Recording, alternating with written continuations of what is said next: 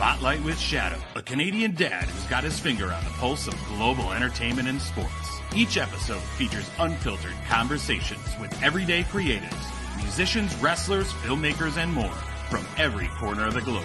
No fluff, just raw, real stories. This is Spotlight with Shadow, presented by Off the Top Media. Ladies and gentlemen, my name is Shadow. Welcome back to another episode of Spotlight with Shadow, where tonight I am interviewing Miss Mehgan Nicole with a tell-all interview of her life. She's going to tell you everything that you need to know, all the juicy gossip. No, I'm just kidding, Mehgan. We're here to spotlight you and your life and content creation. So, how are you doing? I'm doing pretty good. How are you? I'm living the dream. I'm working hard and doing these podcasts and enjoying myself. So, I'm just going to start right off. I'm going to take a little book out of my mentors page here, and I want to ask, what was little Megan like? What got you into the world that you are in now?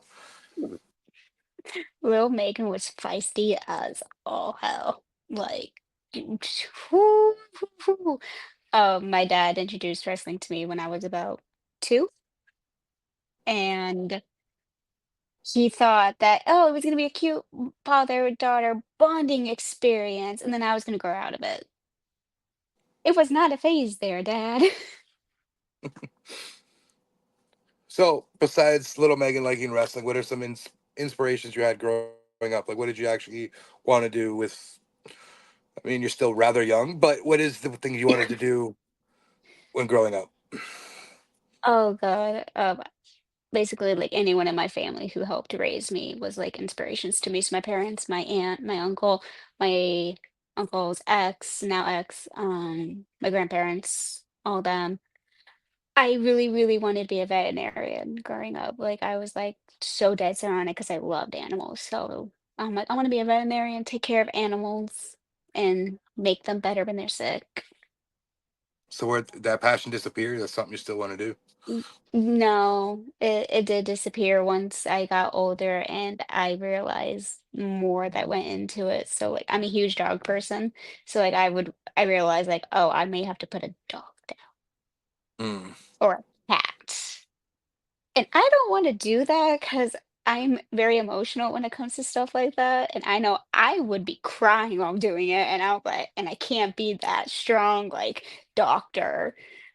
I'd lose it. So after that, I'm like, I can't.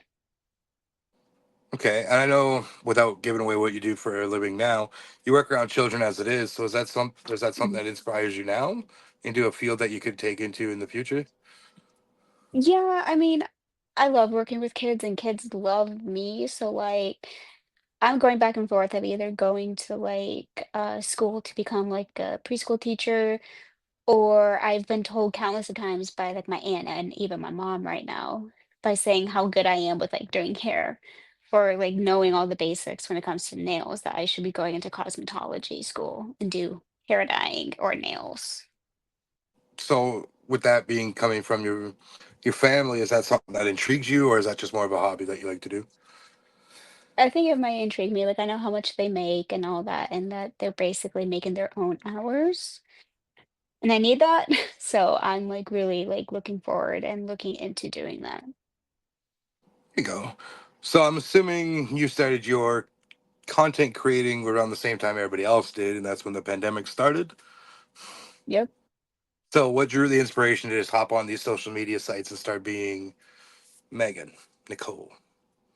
Ooh, I downloaded TikTok just to watch videos because my aunt kept sending me videos on TikTok, and I'm like, I don't have a TikTok, so I'm gonna just download it for fun.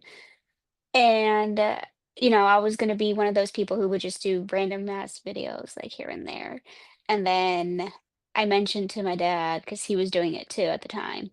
I'm like, I want to do something with wrestling, like here and there, because like you don't really see that now. And I haven't really seen it, so I kind of want to be the first to kind of like prove it that I was like, okay, no much really girls here, so I gotta try it. And then that's when he told me like, you need to do it full time, like show your craziness when it comes to wrestling. Yeah, I mean, I met you almost 3 years ago now, so we're in 24. I met you probably towards the end of 21. So that's about a Mhm. year and some into the pandemic and what the crazy world of, I guess, what you call wrestle talk would be. Yeah. Um, So, if you can, in detail, kind of give me the vibe from when you first began Wrestle Talk to now.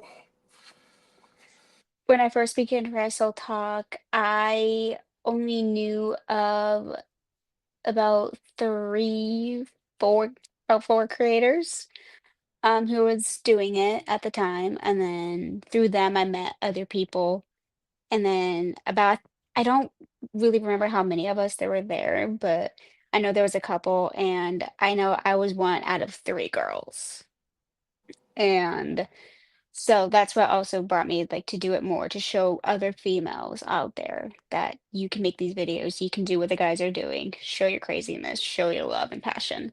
And now I'm seeing a whole bunch more girls, and to be honest, the girls are taking over than the boys. Honestly.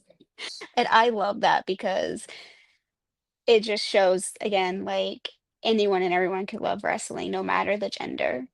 Like, it shouldn't matter. It shouldn't be just a guy sport. It can be a girl sport too, and we're showing that. Yeah, I mean that's a positive thing. It's a women's evolution, if you will, on Wrestle Talk. So I mean, given the fact that you're a female in the male predominant world of wrestling, what is it like dealing with a lot of men on the apps that you are on? Sometimes they try to show their egos, be like, I know more about it than you do. And then it turns out that, oh, I might know it better than you. And you always get the comments of saying how beautiful you are, how they want to date you, how they want to do this, they want to do that. And it's mainly because I'm a girl who likes wrestling. Like, it's not just because of who I am, it's because she's a girl, she likes wrestling. That's what I want. It's like, no, you gotta, it's more than that. And also, I Right. feel like sometimes, like, us women are heavily, not taken seriously, that we're just there to be sexy, I guess. I don't know what I can and can't say on here, so I'm sorry. Oh, no, you're able to say whatever you want to say. This is not a PG show by any means. So that kind of leads me into my next question. I mean, you take away even just the wrestling aspect of it, being a female content creator in the world of Twitch, YouTube, TikTok, Twitter sometimes, depending if you're on there a lot. What is the hardest thing you feel is hard to navigate? The sexualized comments a lot, just because, like, it's sexualized about my body. Like, I can post, like, a cute mirror pic, and I'll get like, "Oh my god, you're so sexy. Oh my god, you're so hot. Marry me. Do this, do that." Or you should get an OF. The amount of times I've been told that I need to get an OF, I would be fucking rich in a mansion right now. Like, it's not for me. I'm never going to do one. Like, I don't judge the women that do and make a living off of it. It's just something that's not me. Like, I'm not gonna do that. I mean, I would fuck with the men like that. I'd be like, yeah, I got an OF. It's $100 per like subscription. This is what it is, and there's nothing on there. They'll just subscribe to nothing. That's true. That that's what I do. Like I make the joke that I have an OF, but people pay me to put my clothes back on. So, but like I kind of want to. I don't want to touch on this too much because it is probably not something you feel comfortable talking about. But with the amount of men that are coming at you in that sexualized way, what is the worst things you've gotten that you can remember via like DMs or even just ats? None really, like, they haven't really been like that, like, explicit. Like, I've had, like, guys who say that, I'm hot, that they wanna do certain things, and I'm just like, no," or they wanna marry me. Like, I would literally get proposals in my DMs saying, "Will you marry me? Be my wife. I'll buy you this. I'll buy you that." So you're not getting hundreds of dick pics, is what you're saying.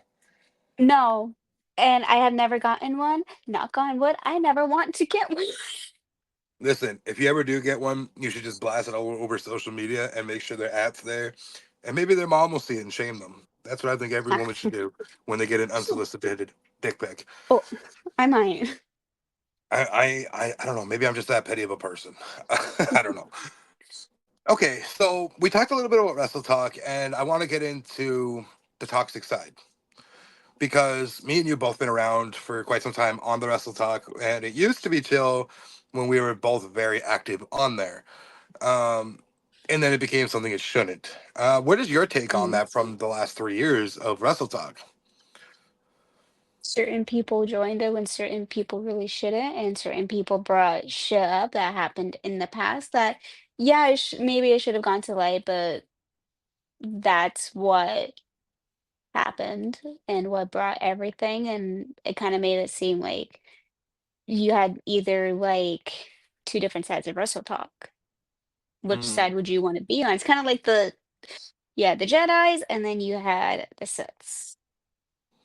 hate that reference, but continue. I'm sorry, that's the first thing that came into my mind. I mean, we could have went with WWE and WCW, but we had to go Star Wars. So We went Star Wars, okay? Um, it is what it is.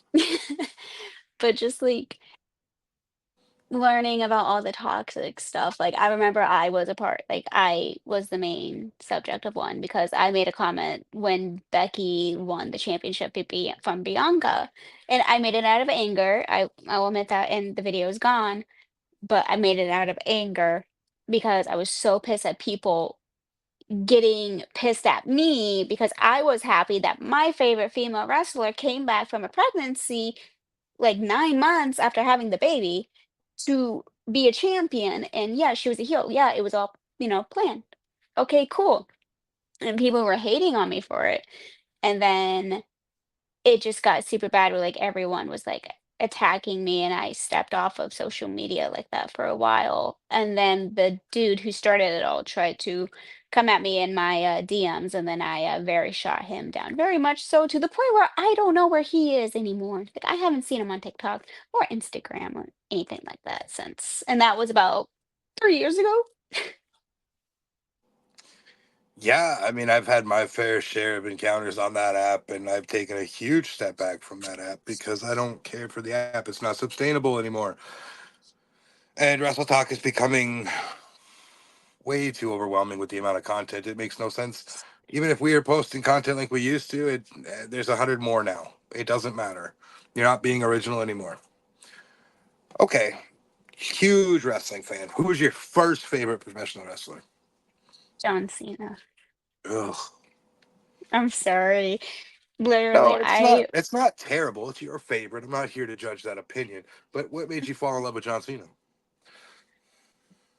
don't honestly remember. All I remember is I was like about 3. Like for some reason, like he was just like my favorite. Like I don't remember why, but I remember anytime he would be on the TV, I would sit with my little John Cena action figure and throw up the little the little hand motions like this anytime he would come out. You just made me feel really fucking old. Yeah, I remember John when Cena had. I remember when Cena came out. I was like 3, motherfucker. I was like 13. I've been alive as long as John Cena's been wrestling. Ugh. Okay, He so literally debuted close to my birthday when I was born. oh, I love these interviews. They're great. I feel old. It's fine. All right. So we go from Cena to who? Um, ooh, Cena. Like after Cena Yeah, or yeah. Well, obviously Cena's still among your favorites, but like you obviously. obviously have more than one favorite in professional wrestling. So where's that fandom go after Cena? Who's your next up in line there? Um, it went from Cena, and then I really liked Kelly and Tori Wilson. Okay. I really like them. Giving the females some love there. Then That's awesome. yeah, I gotta give the females love. And then from there for like a very long time, it was like for the males, it was like John Cena. And then Mr. Roman Reigns came into the photo. The tribal chief himself. Yep, and then it went to Roman. Okay, so I'm going to explore the Roman here in a second, but I know that you're a big fan of Becky Lynch, Oh yeah. but not a big fan of Seth. I am a big fan of Seth, but not as big as Becky. Like I love Seth, don't get me wrong, like I love him. I've met him. Like he is one of my favorite wrestlers, but Becky was like really there, I guess. Like when I would watch her, like I would always be like, "Oh my God." And it took me away from like a lot of like stuff that was going on in my life. And so she did that more than Seth did. Because at one point I was pissed off at Seth when he turned on the shield. I was like, dude, I'm pissed off at you. Mm-mm. Now, we all know that your unhealthy obsession with Roman is probably going to lead to some kind of restraining order at some point. No, Um, it's not. Listen, it, I've talked to the dude before and I'm fine.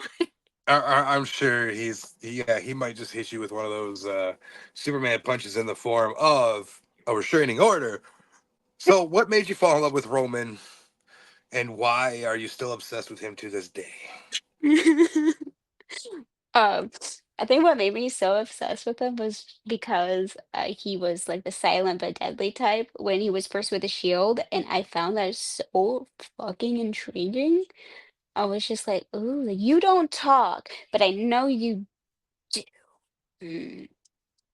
Hmm. And then he started growing more and more, and I started seeing like what WWE was seeing in him, like as a top guy, as a top face, as the champion.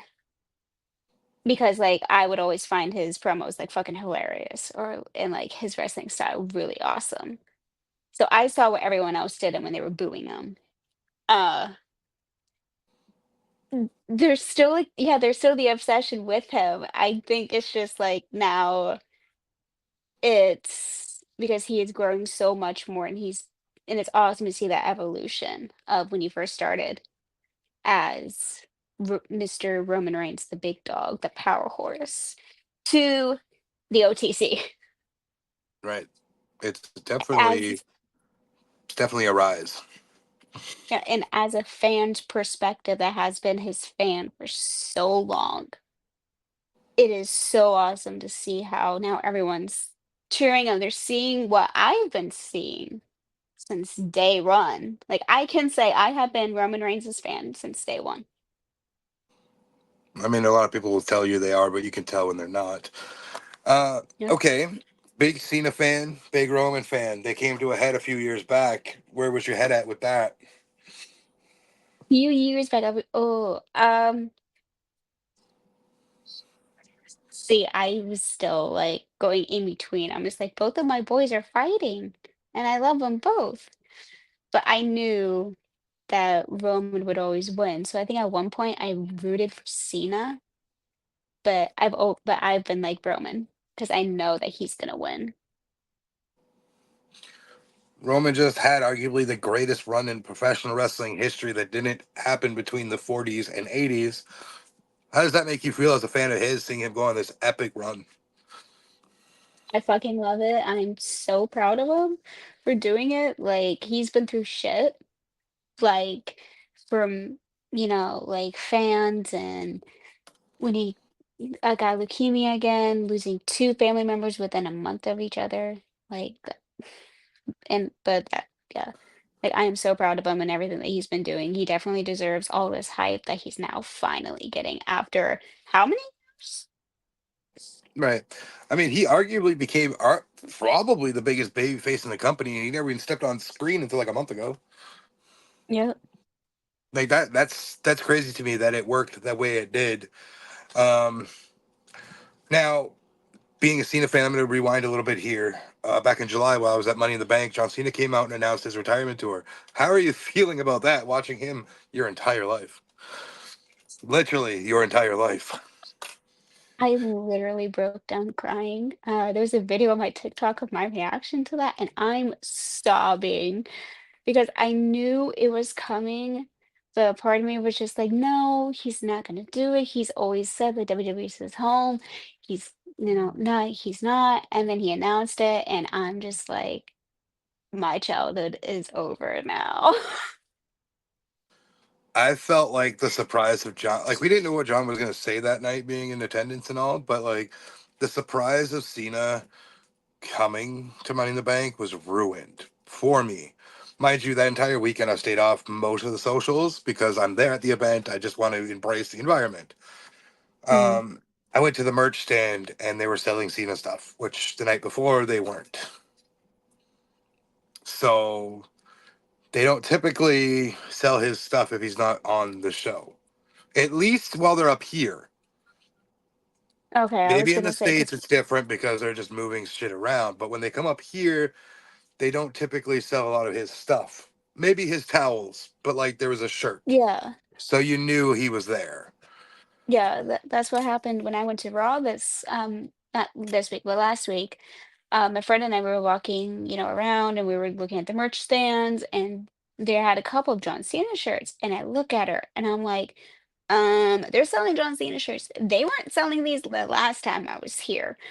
Is he coming out tonight? He didn't, so I was kind of disappointed, just a little. I mean, sometimes it happens, sometimes it doesn't, but it's very rare that they try not to. But I digress with that. We don't get a lot of merch up here, anyways. So back to Roman Reigns for a second. You had the privilege in the last year to meet two of his family members, Zilla and Jacob. Tell Mhm. me, what was that experience like for you? Oh God. Meeting Jacob, no, first I met Zilla. Meeting Zilla was fucking awesome. Like there's a different aura when you're around them. Like it's more like hyped up, like and excitement. It's like it gets you like, okay, let's go do shit. And then you add Jacob into the mix. But yeah, now we know. I know why he is called like the Wild Samoan. We'll They leave those stories alone. I'm sure that's a tea oh. session, not an interview session.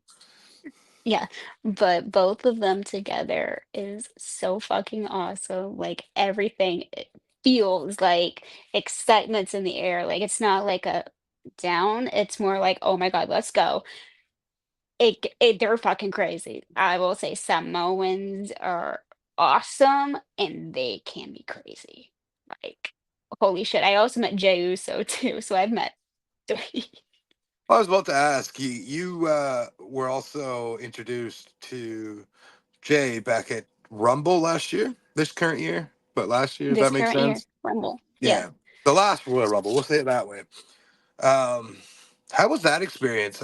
You had mentioned to me you were dressed up in a certain gear before Yeah. going to see him. So. Yeah, so it was I think it was like the night after Rumble. I was in Florida and I was hanging out with the boys. And Jacob was all like, "Oh, I'm gonna bring out Jay here and where he's gonna meet you guys. He's gonna meet you." And I'm just like, "You're bringing out Jay? What? Okay." I was in my 49er gear, so like my 49er leggings, my 49er jersey, because they were playing that night. They were playing against the Lions for the NFC championships to see who goes to the Super Bowl. So I was in that trying to watch the game because I thought we weren't going out. I'm like, okay. So Jay comes out. Jacob's all like, yo, this is sis, this is Megan. The person I was with, Jay usually didn't pay any attention to them. Like he looked at me directly. Kind of did a hand thing with a person I was with.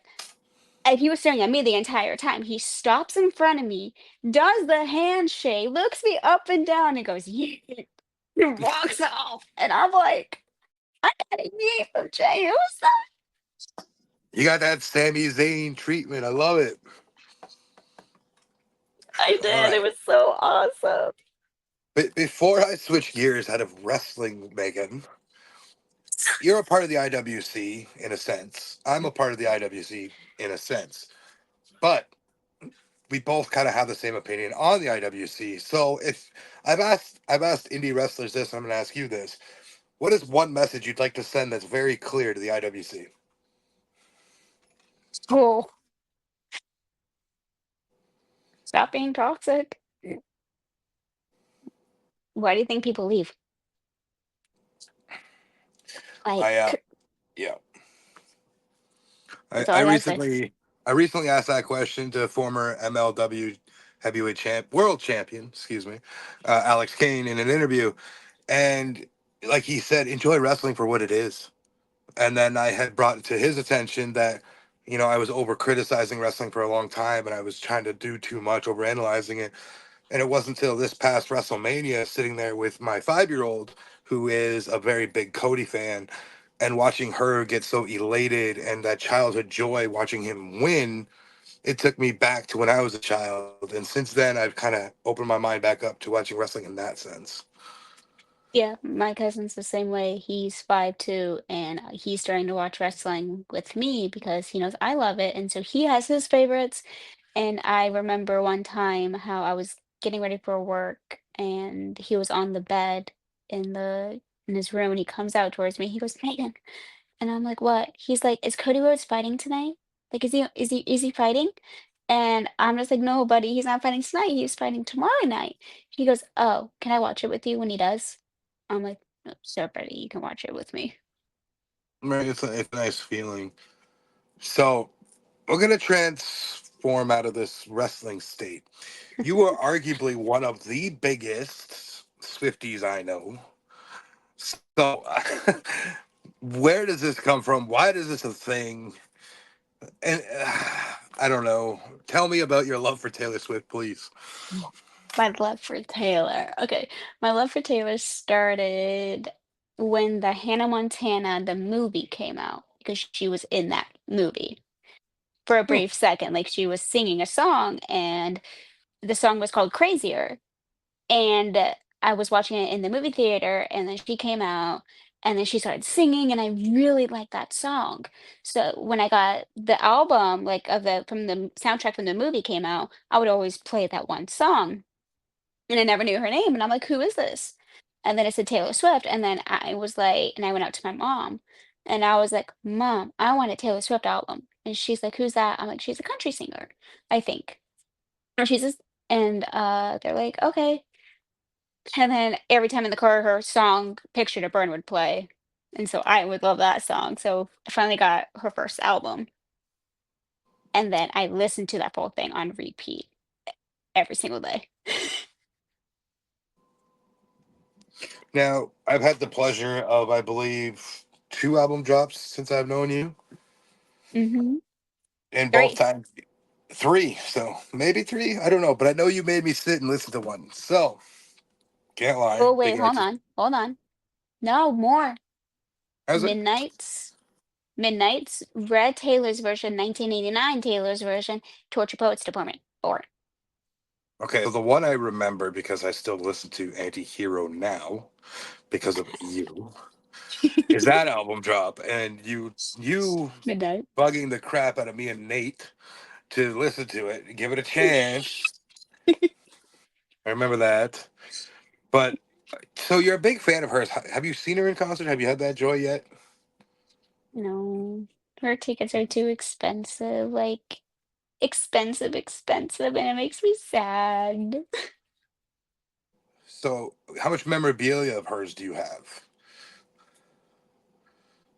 Memorabilia, oh shit. Some of it's in storage. I do know I have two like photos of her from like a photo shoot that I know is really rare to find now. I have that. I have some of her merch. I have a necklace, a couple necklaces. I literally have every single album up until the Torture Poets Department, and if there's more than one version of the album, I have all those. So I have her Being stolen shit and her new shit. That's what I want to get into. Given the fact that you're a big Swifty, how do you feel about the way the record producers, I think that would be it, the word, dealt with her coming out of her contract? Did it in a horrible way because when she was 16, when she signed that contract, basically saying if she tried to move, then they would have the rights to her stuff that she recorded with them. They never made it clear to 16-year-old Taylor like that would happen. And she's also 16, so she's like still trying to process and like grow because her brain's not fully developed yet. So she didn't understand that, and they did a horrible job not even explaining it to her. So the fact that they try to pull the card of that saying you signed the contract, she was 16 when she signed that Mm. fucking contract. That's fair. I mean, a lot of 16-year-olds have been taken advantage. I mean, recently, just news in the media about P. Diddy, but we're not going to talk about that. But that's a case of, record producers doing things that they shouldn't be doing. Hmm. There's more to that story, but again, not talking about that. But I do want to bring up something that has worked with said person, Kanye. Kanye and Swift had a big beef. I think they still do. I don't know if they've ever actually rectified it. Tell me how you felt with that. I was fucking pissed off because like it it didn't need to be done. Like this whole beef with Kanye and Taylor first started when Taylor was about 17, 16, 17, and she won the VMAs for Best Music Video of All Time. She beat Beyonce's Single Ladies. Kanye then went upstage, grabbed the mic, and did the "No, Taylor, I'm gonna let you finish your speech, but I just want to say that Beyonce had the best videos of all time. Me, me, me, me, me, me, me." Which is Embarrassed now a her, meme. literally embarrassed her. And then she had that beef with them, and then I think a couple years or a year or so when Kanye married Kim, they squashed the beef, like he apologized and they were cool. This was around the time when 1989, so 2014 happened. And then it happened again like about a year or so later when you had that phone call and everything happened. Fair. So if you could Mhm. rank your Taylor Swift fandom on a level of casual, which I know you're not, to absolutely insanely, probably Roman Reign level restraining order, where would you reign yourself there? Roman Reigns restraining order. I know a lot about Taylor, like a lot. I know all of her music. Like I can tell you right now, if you were to quiz me on her music, like give me the first like 2 seconds of the song, and I could be like, oh, it's this song from this album. Give us a random Taylor fact that might be not widely known. Taylor Swift, I remember this because she said it in an interview. Taylor has a scar right here on her upper, like on her thigh, because when she was a little kid, she liked to glue popsicle sticks together and make houses. And so she was gluing like a slide for her uh like little people that she was playing with when she was little to go have a slide down instead of the stairs. So she was gluing, gluing, gluing, gluing, and then a big glob dropped on her thigh, and little 8-year-old Taylor was like, "Ooh, I'm gonna peel." So she peeled it off and left a big ass scar right there. That's definitely a random fact. Now, this next subject, I do have to lead off with a trigger warning for some, just because of the subject matter. But me and you, well, if you want to go ahead and skip about 2 to 4 minutes, go ahead. But now I'm going to say, now me and you have had this conversation at nauseum when it comes to true crime. And I know you're a big true crime fan. Me and you have had these conversations. We've gone over stuff together. Um, where does the love for you come for true crime? I was in freshman honors English class, and my teacher was saying how are going to listen to this podcast called Serial, and you're going to act like you're a detective and take notes about each episode that we go over, and then you're going to write a essay on if you think this person's guilty or not guilty and show evidence that is being said from these. And it was the Heyman Lee case, Okay.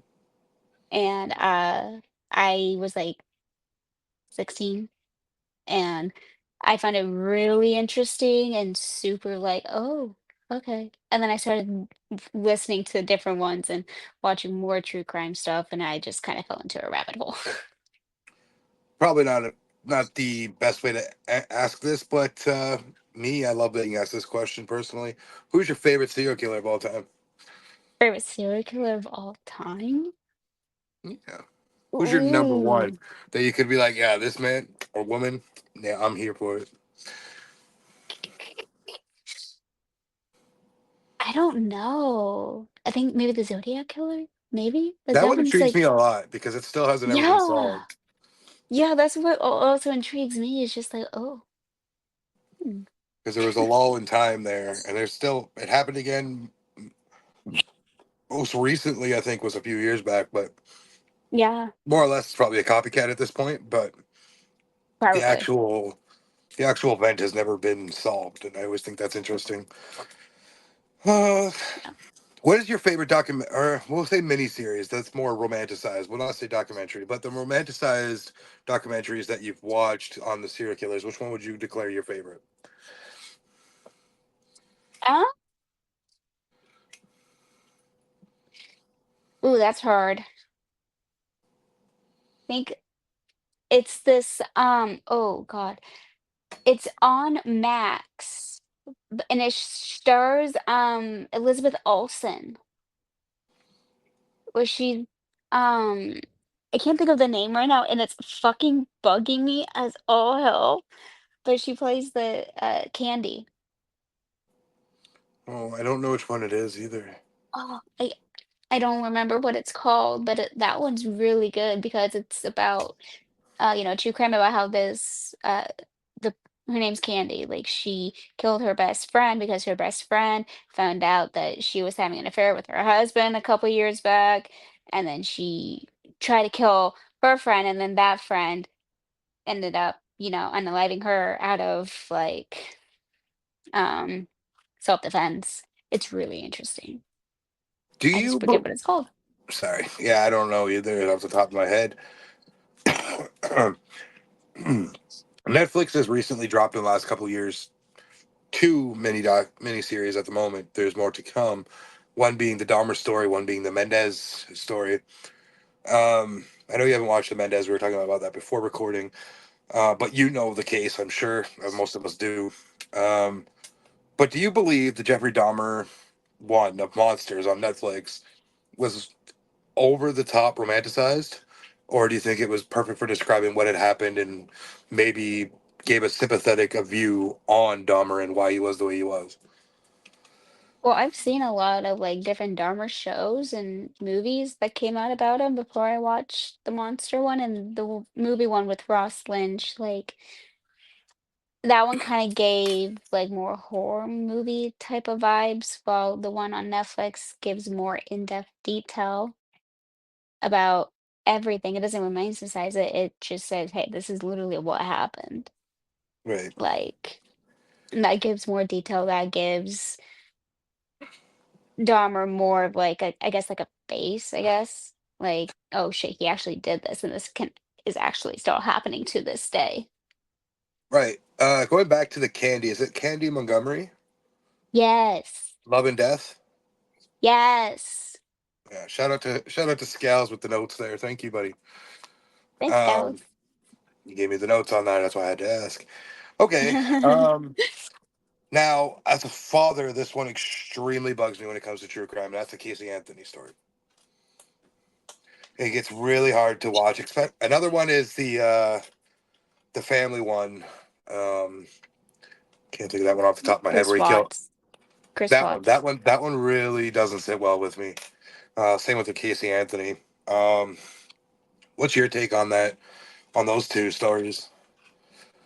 They both equally fury me. Like I'm not a mom. I am an aunt and I have a lot of cousins. And I just can't see why the hell a parental figure will do that to a child. Like, it infuriates me and makes me know that some people are not meant to be parents and they don't deserve to be parents. because of that reason right there. If they think that ending a child's life is okay, then they need to go to hell. Right. The Casey Anthony is definitely an odd case. I think she has another kid now. I don't know the full I story. hope not. I don't try to keep up on her life because to me she should have never got out of prison.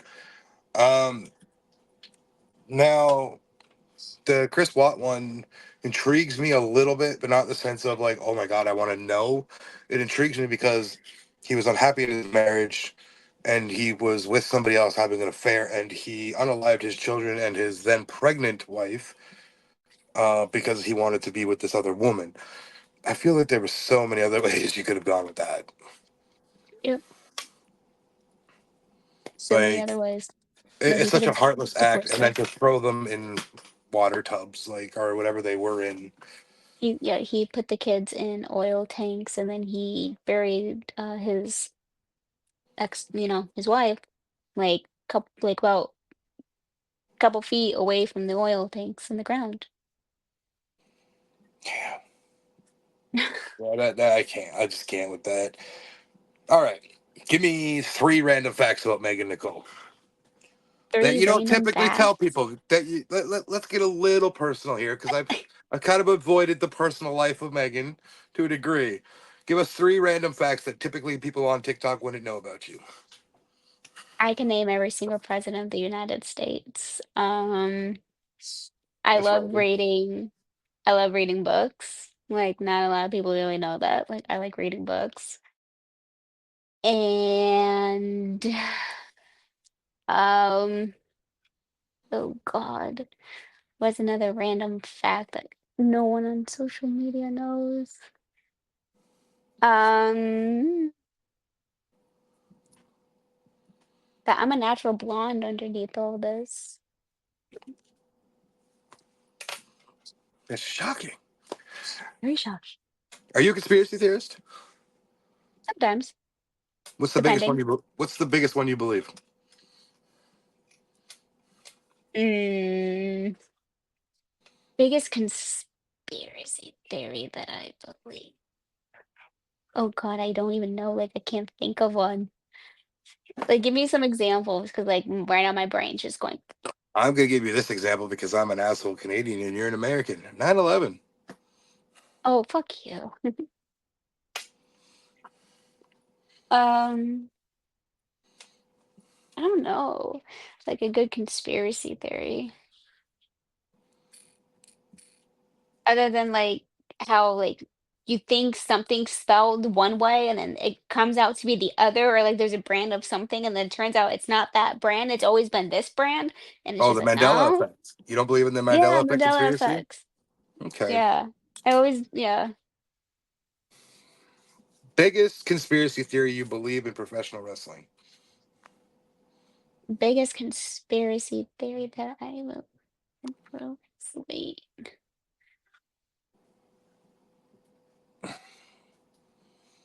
That oh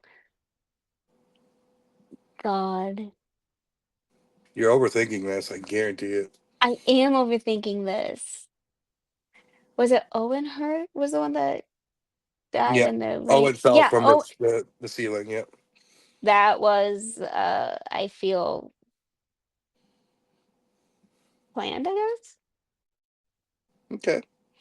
Again, Hold on. just ideas that I thought I would ask you. So I'm gonna go into one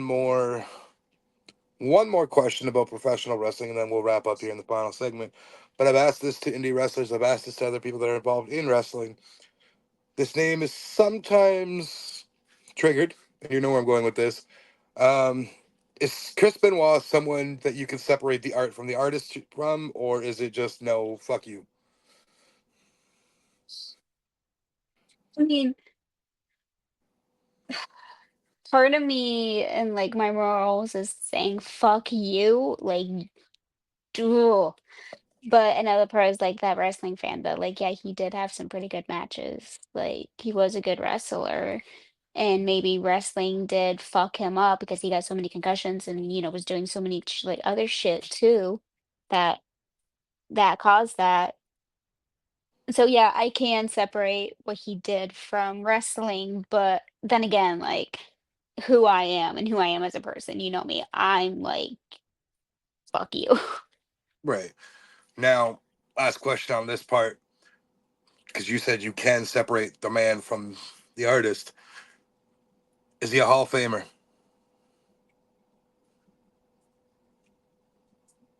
Mm, I believe so, yeah, but he's never going to be inducted in the No, Hall of no. Fame. I think that's what I believe too. Like he deserves to be in there, but for reasons he won't be. But as of this recording, it is September 24th. Tomorrow drops the Vince McMahon documentary, and I think there's going to be talks of Chris Benoit in there as well. So this interview will drop in a couple weeks, but I'm going to be watching it. That's ahead on my list now. And Megan, I'm sure will be watching it because that's the kind of shit we indulge in. Yep. With that being said, Megan, this is the part of the segment where I allow you to plug all your socials, anything you have upcoming, anything you want to promote. By all means, miss, go ahead and do that now. All can find me on TikTok, Instagram, Twitter, Megan_Nicole. You can find me all there. Like I try to keep everything kind of similar, so it's not that hard to find me. Um, I will be posting a lot more on TikTok. I've just been, working a full-time job, so haven't really had time to do that yet, but that's happening. I know that I'm still trying to work on my podcast, so I know that will be up and running very soon. Um, keep a close eye on my Instagram within the next week or so. There's some changes happening, so just keep a close eye on that. Very close eye. Okay. Ladies and gentlemen, this has been Spotlight with Shadow. Thank you, Megan, for your time. I enjoyed the conversation. We'll have to get together for a part two down the road. We'll spill some more Yes, tea, maybe deep dive into the actual personal life of Megan, not the content creator, but we respect your privacy. So we won't do that, but we probably will. probably Ladies will. and gentlemen, this has been Spotlight with Shadow. I thank you for tuning into another episode. Thank you. Good night.